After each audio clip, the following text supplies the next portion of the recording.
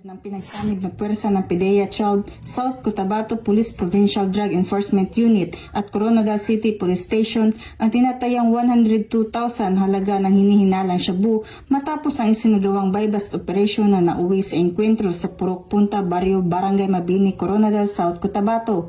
Nito lamang Oktubre 1 taong kasalukuyan. Ayon sa ulat, naaresto sa operasyon ang suspect na si alias Dem, 30 anyos, residente ng Barangay Esperanza, Coronadal City. Samantala, nakatakas ang pangunahing target na si alias Rico na itinuturing na high-value target at ang kasamahan nito si alias Joe na kumpiska sa naturang operasyon ng 6 na piraso ng heat-sealed sachet ng hinihinalang shabu na may kabuwang bigat na 15 gramo at may halagang 102,000, isang kalibre 45, isang granada, buy-bust money at iba pang non-drug item. Ang inventaryo at pagmamarka ng mga ebidensya ay isinagawa sa harap ng suspect, tinatawa ng media at barangay official bilang mandatory witnesses. Sa ngayon, nakapiit ang naarestong suspect habang inihahanda ang kaukulang kaso laban sa kanya. Mariing binigyan diin ng PNP at PDEA na magpapatuloy ang kanilang kampanya laban sa droga at walang ligtas na lugar para sa mga sindikato at pusher sa rehiyon. Nanawagan din ng kapulisan sa publiko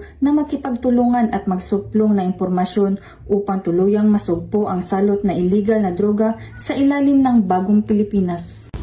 Mula dito sa Police Regional Office 12, ako ang inyong Police News Network Correspondent, Patrolwoman Jovelyn Dodoso, alagad ng batas taga-taguyod ng Balitang Pulis.